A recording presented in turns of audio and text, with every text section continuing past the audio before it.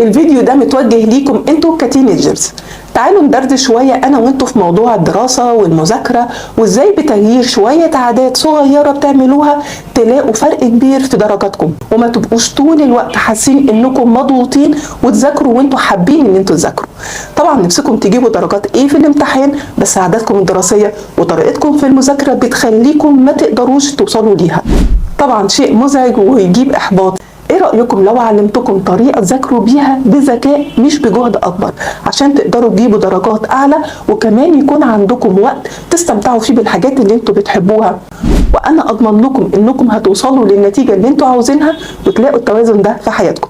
بس كل اللي انتوا محتاجين ان انتوا تعملوه ان انتوا تلتزموا بالعادات اللي انا هعلمها لكم دي، هتخليكم تتفوقوا اكاديميا وتعيشوا حياة متوازنة. بس خدوا بالكم انكم تاخدوا قرار انكم تسمعوا العادات دي بدايه رائعه منكم، بس مفيش حاجه هتتغير لمجرد ان انتم سمعتوها. لو عاوزين تغيير حقيقي بجد فلازم تاخدوا كل يوم اكشن، وكل اسبوع وكل شهر تعملوا فعلا تغيير حقيقي مش مجرد كلام.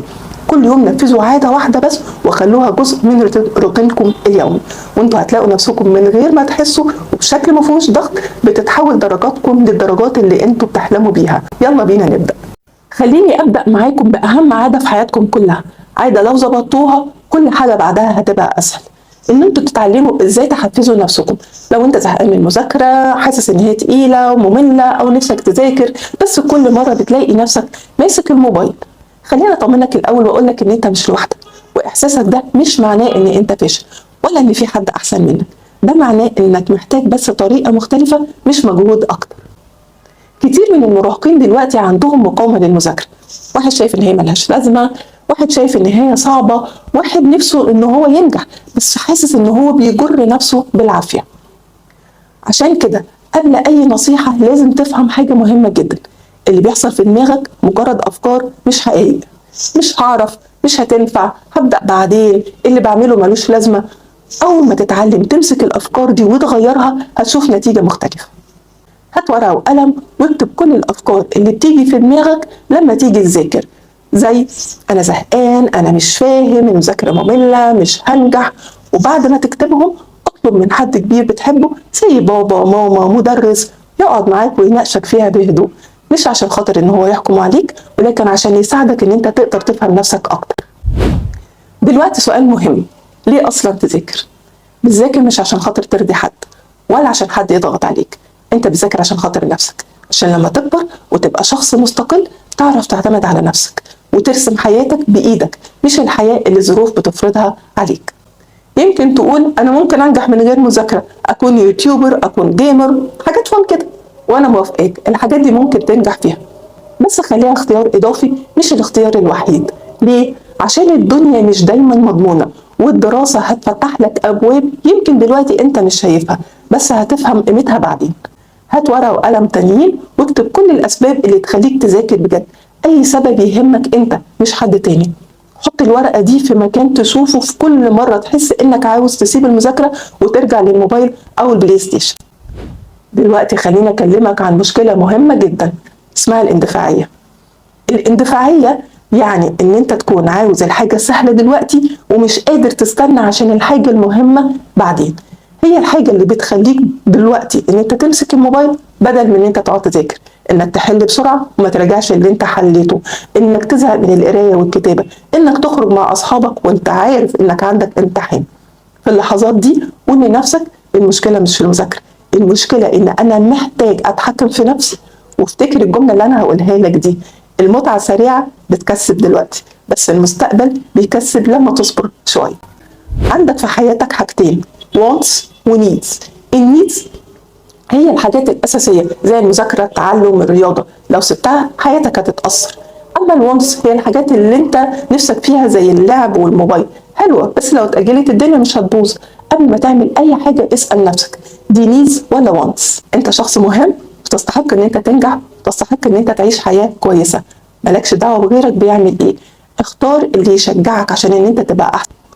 تاسك النهارده، ورقة وتكتب فيها كل الأفكار اللي بتوقفك، ورقة وتكتب فيها كل الحاجات اللي تحفزك إن أنت تذاكر.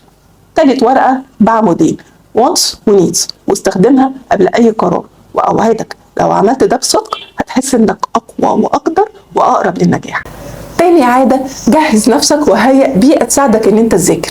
لو بتحاول تذاكر في أوضة دوشة أو مكان مش مريح فأنت بتصعب المهمة من على نفسك من غير ما تحس.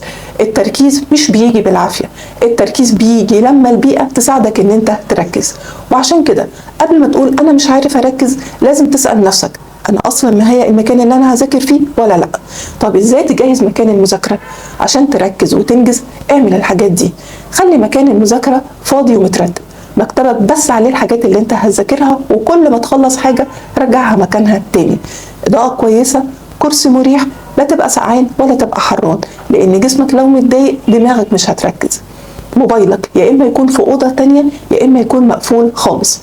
ابعد عن كل المشتتات، صوت التلفزيون، اخواتك الصغيرين اللي بيلعبوا حواليك، أي حاجة ممكن تشد انتباهك. وقبل ما تقعد جهز كل الكتب والأدوات اللي هتحتاجها عشان ما تضيعش وقت قاعد عمال أدور على حاجة. وأهم نقطة، ما تفتحش أي مواقع سوشيال ميديا وقت المذاكرة. ولو محتاج النت عشان تذاكر افتح بس الحاجة اللي تخص المذاكرة واقفل أي مواقع تانية. ليه؟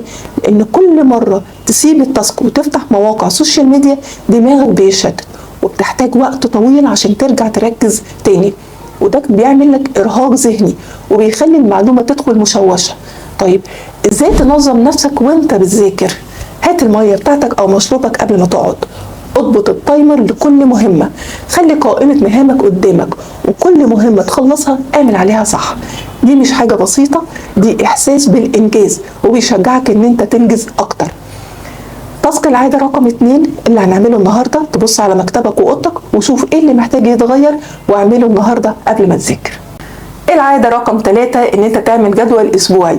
الجدول ده مش قيود عليك، الجدول ده راحة ليك. لما بتحط وقت للمذاكرة انت بتقول لنفسك في الوقت ده بس انا هذاكر، واول ما بتكتب المهمة بتتحول من مجرد فكرة في دماغك لحاجة حقيقية. طب ازاي تقدر تعمل جدول اسبوعي صح؟ اطبع جدول من على النت او اعمله بايديك، مفيش مشكلة. اول حاجة فكر في التزاماتك الثابتة، الدراسة، الرياضة، وقت العيلة، الدروس، الكورسات، اي حاجة بتعملها كل اسبوع اكتبها في الجدول. تاني حاجة حدد وقت لكل التزاماتك دي، وفي اخر الاسبوع راجع الجدول ايه اللي ظبط وايه اللي محتاج يتعدل. تالت حاجة وانت بتحط الجدول ما تشغلش بالك انا هذاكر ايه في الوقت ده بالظبط، ركز بس على تحديد الوقت. رابع حاجة حط لود مختلف لكل نوع التزام عشان الجدول يبقى واضح ومريح لعينيك. خامس حاجة خصص يوم او نص يوم راحة من المذاكرة كل اسبوع. الراحة اللي انت بتخططها في الاسبوع احسن مليون مرة من تضييع وقت كل يوم لا انا بذاكر ولا انا واخد راحة بجد. ولو لسه ما اتعلمتش التخطيط اطلب من بابا ومن ماما ان هم يعلموك لحد ما تتعود ان انت تعمل ده لوحدك، وده مش عيب ان انت تطلبه، ده ذكاء منك. تاسك النهارده انك تعمل جدول اسبوعي متقسم بالايام واكتب فيه كل التزاماتك الثابته وابدأ نفذ، ومش لازم يكون الجدول كامل، المهم ان انت تقدر ان انت تعمله. العادة رقم 4 ان انت تعمل جدول مذاكرة يومي. تخيل نفسك كده نزلت سوبر ماركت من غير قائمة بالطلبات، هيحصل ايه؟ هتلف كتير وهتضيع وقت وهتشتري حاجات انت مش محتاجها وتنسى حاجات كانت مهمة فعلا. لكن لو معاك قائمة واضحة هيحصل ايه؟ عقلك هيبقى مركز وهتخلص اسرع وتطمن ان انت عملت اللي عليك. نفس الفكرة بالظبط بالنسبة لقائمة المهام اليومية. قائمة المهام اليومية مش حاجة زيادة، دي حاجة اساسية علشان يومك ما يضيعش. من غيرها هيحصل ايه؟ اليوم هيخلص وتلاقي نفسك عملت حاجات كتير بس ولا حاجة منهم كانت مهمة فعلا. ازاي تقدر تعمل قائمة مهام يومية صح؟ في بداية كل يوم اكتب خطة بسيطة ليومك، يعني النهاردة هذاكر هوم ورك ماث، مذاكرة تاريخ، تحضير بحث، بس ما تكتبش اسم المادة لوحده، اكتب المطلوب بالظبط، درس كذا في الماث، الفصل كذا في التاريخ، الخطوة الأولى والثانية في البحث. وبعد كده حط لكل مهمة وقت تخلص فيه المهمة دي عشان ما تحسش ان لسه بدري وتلاقي اليوم خلص من غير ما تخلص اي حاجة. قائمة المهام اليومية بتخليك دايما على التراك الصح، مركز وعارف انت داخل على ايه وعاوز ايه. ولو برضو لسه تتعلم التخطيط اطلب من بابا او ماما يساعدوك لحد ما تتعود ان انت تعمل ده لوحدك. تاسك النهارده ان انت تعمل قائمة ليومك وتحط فيها بس من 3 ل 5 مهام بس ان هم يكونوا فعلا مهمين وتنفذهم. العادة رقم 5 ان انت تنظم وقت المذاكرة والراحة بتاعك. خليني اقول لك على حاجة مهمة، مش كل الناس بتعرف تركز في نفس المدة، حد بيركز 20 دقيقة، حد بيركز نص ساعة، ممكن حد يركز 40 دقيقة. المهم ان انت تعرف نفسك، شوف انت بتقدر تركز وقت قد ايه، وخلي ده هو وقت التاسك الواحدة بتاعتك. لو طاقتك ما بتجيبش ساعة كاملة ما تضغطش على نفسك، لانك لما هتذاكر وانت مرهق قعدتك قدام الكتاب ملهاش لازمة، وده بيخلي عقلك يكره المذاكرة ويخليك تماطل تاني يوم. انت ممكن تكون فاكر نفسك ان انت بتسوف عشان انت مش عاوز تذاكر، لكن الحقيقة ان عقلك بيحاول يحميك من الارهاق اللي بيحصل من القعدة الطويلة. فاحنا هنضحك على العقل شوية وهنقعد وقت اقصر 20 او 30 دقيقة، وساعتها عقلك هيطمن وهتبطل تسويف.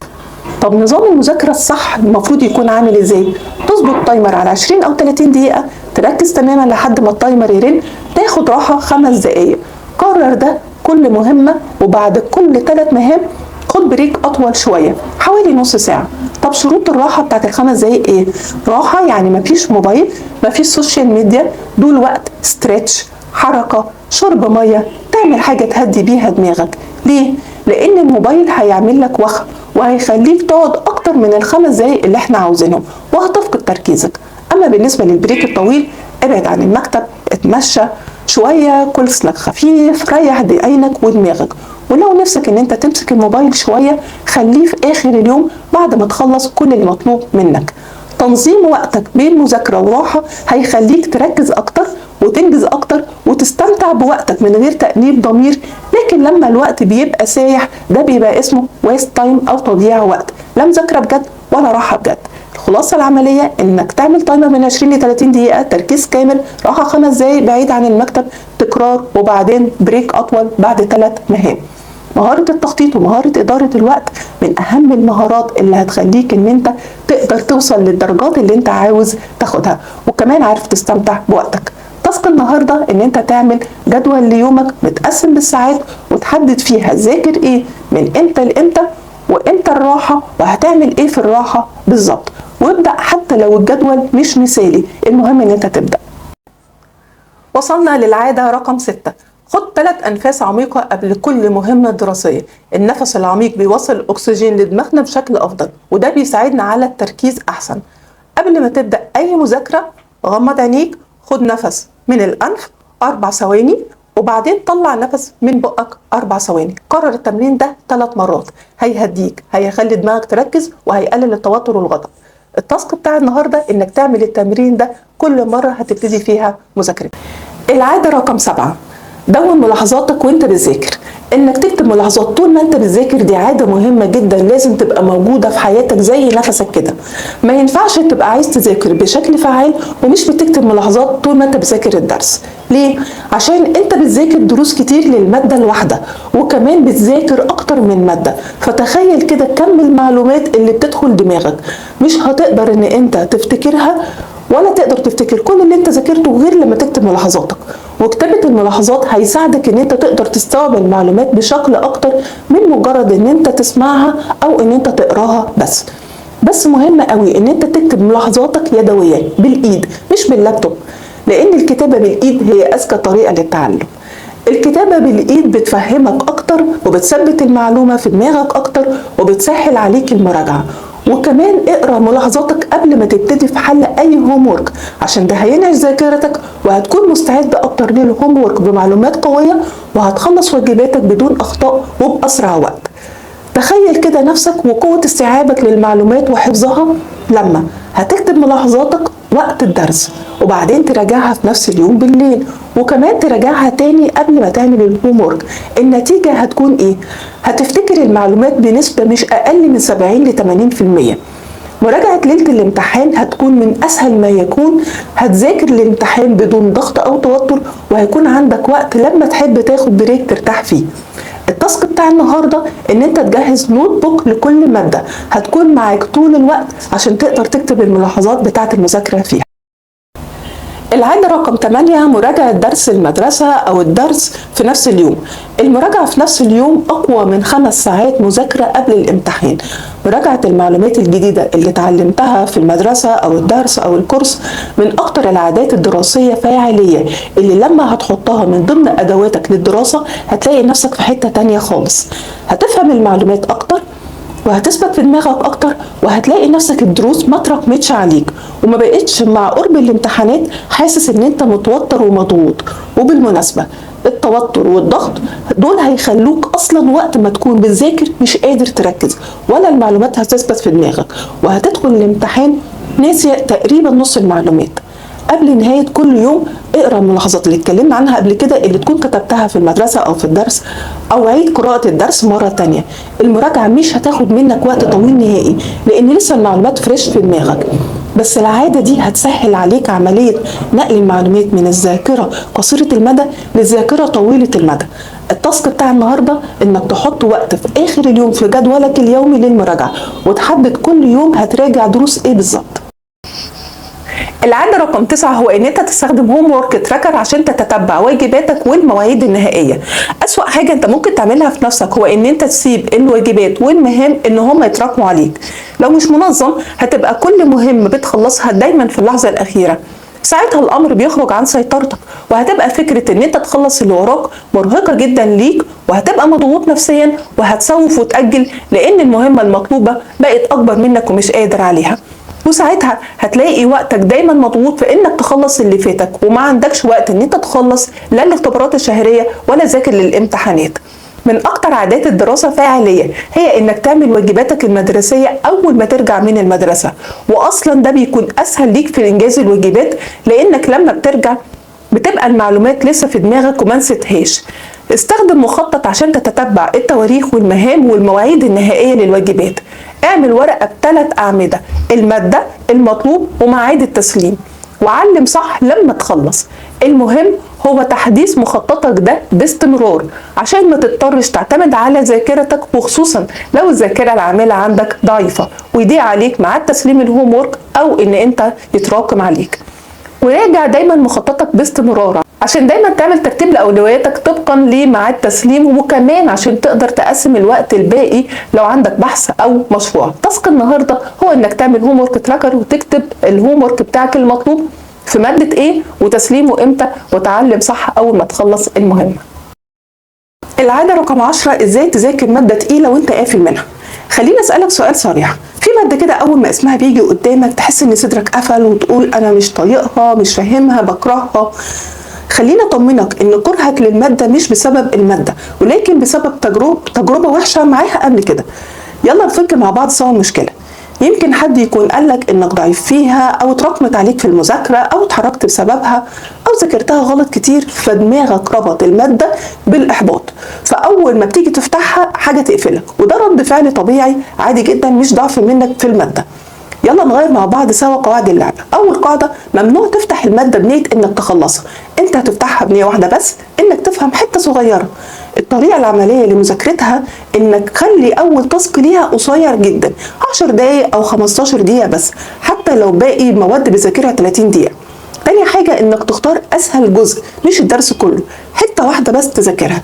تالت حاجه: ممنوع ان انت تحاول تحفظها، انت بس هتبقى عاوز تفهم. رابع حاجه: استخدم طريقه شرح مختلفه زي خريطه ذهنيه مثلا، مش نفس الطريقه اللي انت قفلت منها قبل كده. اتكلم كمان مع نفسك كلام ايجابي وانت بتذاكر، قول لنفسك انا مش وحش، انا بس محتاج طريقه تناسبني. اول ما تفهم حتى حاجه صغيره اقف عن المذاكره وسجل احساسك انك قدرت عليها. الاحساس ده هيكسر كرهك للماده، مش انك تضغط على نفسك اكتر. قاعدة ذهبية للمادة التقيلة: ان المادة التقيلة تخف لما بنقسمها، لما بناخدها بهدوء، لما بتذاكرها في الوقت اللي طاقتك فيه عالية، مش في اخر يوم وانت منهك. تاسك النهاردة انك تختار مادة واحدة بس انت قافل منها، ذاكرها 15 دقيقة، خد جزء صغير، افهم ما تحفظش، وبعدها بريك. قرر ده لمدة يومين وانت هتشوف الفرق. العادة رقم 11: ان انتوا تناموا مش اقل من 8 ساعات ومن اول الليل وما تسهروش. طبعا العادة دي هتدخلني في خناقة كبيرة معاكم، فاهماكم جدا متفهمة احساسكم، عايزين تسهروا وتلعبوا مع اصحابكم اونلاين، وان السهر ده حاجة ممتعة عليكم، وان انتوا لو نمتوا بدري هتضيعوا عليكم فرصة اللعب مع اصحابكم. بس تعالوا نتكلم مع بعض شوية ندردش سوا فيهم. انتوا اهم من اي حاجه تانية، مستقبلكم اهم، حياتكم اهم، اصحابكم والسهر واللعب مش هي ادواتكم للنجاح. بس احنا ممكن نعمل مع بعض اتفاق، وقت الدراسه مفيش سهر طول الاسبوع عشان تقدروا تبقوا فايقين للمدرسه الصبح ومركزين، بس تقدروا تتفقوا مع ماما ان هي تسمح لكم بالسهر لمده ساعه او بالكتير ساعتين في الويك اند عن ميعاد نوم. ونفس الكلام تقدروا تعملوه في الاجازه، تقدروا كمان تتفقوا مع اصحابكم ان انتوا كلكم تناموا بدري وتصحوا بدري برضه تلعبوا نفس الساعه اللي كنتوا هتلعبوها بالليل، بس الصبح في ايام الاجازه. النوم بالليل بدري بيساعدكم تستفيدوا من الهرمون اللي الجسم بيفرزه وهو الميلاتونين، بيكونوا مركزين اكتر الصبح وعندكم نشاط اكبر. لكن نقص الهرمون ده بيخليكم حاسين طول النهار ان انتم عاوزين تناموا وحاسين بالارهاق والتعب مستمر، وكمان بيضعف التركيز. حتى السهر للمذاكره ليله الامتحان مش صح، لازم تناموا مش اقل من 8 ساعات علشان تقدروا تفتكروا المعلومات في الامتحان، وكمان تقدروا تكونوا مركزين في الامتحان اكتر. وطبعا انتوا لو عملتوا العادات اللي احنا قلناها قبل كده، سواء الجداول ولا الملاحظات او المراجعه، هتلاقوا نفسكم عندكم وقت كافي للنوم ليله الامتحان. وعشان تقدروا تساعدوا نفسكم ان انتوا تناموا بدري وعدد ساعات كافي، محتاجين تخلوا النوم في ميعاد ثابت يوميا عشان جسمكم يتعود على النوم في الوقت ده كل يوم. كمان تقروا كتاب، تقدروا تقروا كتاب بتحبوه عشان يساعدكم على الاسترخاء. واهم حاجه تقفلوا الموبايل وما تخلوهوش ابدا في مكان تقدروا توصلوا له، لان الضوء الازرق اللي خارج من شاشه الموبايل هيخليك تسهر ومش عاوز تنام، وهيخدع الدماغ وهيخلي هرمون الميلاتونين ما يتفرزش، واللي اصلا مش بيتفرز الا لما نكون في الضلمه. وكمان عشان انتوا لو فتحتوا حاجه بحجه ان هي 10 دقايق وهطفي، هيخليك قاعد ساعات كبيره على الموبايل بدون ما تحس. وانتبه، اوعى تنام بعد ما ترجع من المدرسه. النوم بعد المدرسه ده دمار، هيضيع وقت كبير خلال اليوم، هتقوم مقريف ومزاجك مش احسن حاجه، هيخليك تسهر بالليل. هتقولي ما انا ما ببقاش قادر وعاوز انام. هقولك ده بسبب ان انت سهرت وان ده طبيعتك وان جسمك اتعود على كده. هتستحمل على نفسك كام يوم مقري في الظهر عشان عاوز تنام، وبعد ما جسمك يتعود هتحس فعلا ان كان فايتك كتير من نشاط وطاقه وتركيز. ارجع من المدرسه، خد شاور، العب رياضه، اشرب هوت شوكليت او كل شوكولاته دارك، هتلاقي نفسك فقت. وانت بمجرد ما هتعدي الساعه اللي جسمك متعود ان هو ينام فيها، هتلاقي نفسك بقيت فايق وقادر تكمل. التاسك بتاع النهارده ان انت تحدد هتنام امتى، وتحدد هتعمل ايه علشان يساعدك على النوم. العاده رقم 12 ان انتوا تستغلوا اوقات الفراغ. اوقات كتير بتضيع منكم من غير ما تاخدوا بالكم، وهي الاوقات اللي مش مترتب ليها. يعني ايه؟ قدامك نص ساعه على ما تبتدي درس، في ساعه ما بين درس والدرس التاني، وهنا بيظهر ليك اهميه ان انت تعمل الجدول الاسبوعي اللي اتكلمنا عنه، وكمان الجدول اليومي، لان هم هيوروكوا انه في اليوم ده في الوقت ده هيكون عندي نص ساعه او ساعه فاضيين، فتبدا ترتب هتعمل فيهم ايه. تراجع درس، تقرا كتاب، تسمع فيديو او بودكاست مفيد، او حتى تمارس هوايه بتحبها. لكن اوعى ابدا تتعلم ان انت تضيعهم في اللاشيء. بس مهم قوي تكونوا مجهزين قائمه بالحاجات اللي ممكن تتعمل في الاوقات دي من قبل كده، لان انتوا لو استنيتوا وقت ما يكون في وقت فراغ وقعدتوا تفكروا هتعملوا فيه ايه، هتلاقوا نفسكم الوقت خلص وانتوا عمالين تفكروا وفي النهايه ما عملتوش اي حاجه. التاسك بتاعت النهارده ان انتوا تكتبوا قائمه بالحاجات اللي ممكن تعملوها لو صدفت ان في وقت فراغ زي ده. العاده رقم 13 ان انتوا تطلبوا المساعده من اهلكم، من التيتشرز، او من اي حد هيقدر يساعدكم. اكتر فخ بتقعوا فيه ان انتوا بترفضوا تطلبوا المساعده من حد، بتفتكروها فرض سيطره منهم، واحساس بقى ان انا كبرت وان ده ضد استقلالي وضد ان انا كبرت. كلنا بنحتاج للمساعده. المساعده مش معناها ابدا غير ان احنا جنبك وبندعمك، بس احنا بنأذي نفسنا لو احنا مش فاهمين درس، ولا مش عارفين حاجه معينه في الهوم ورك، ولا حتى مش عارفين ان احنا نخطط ليومنا ازاي، ونرفض ان ماما او بابا او التيتشرز ان هم يساعدونا.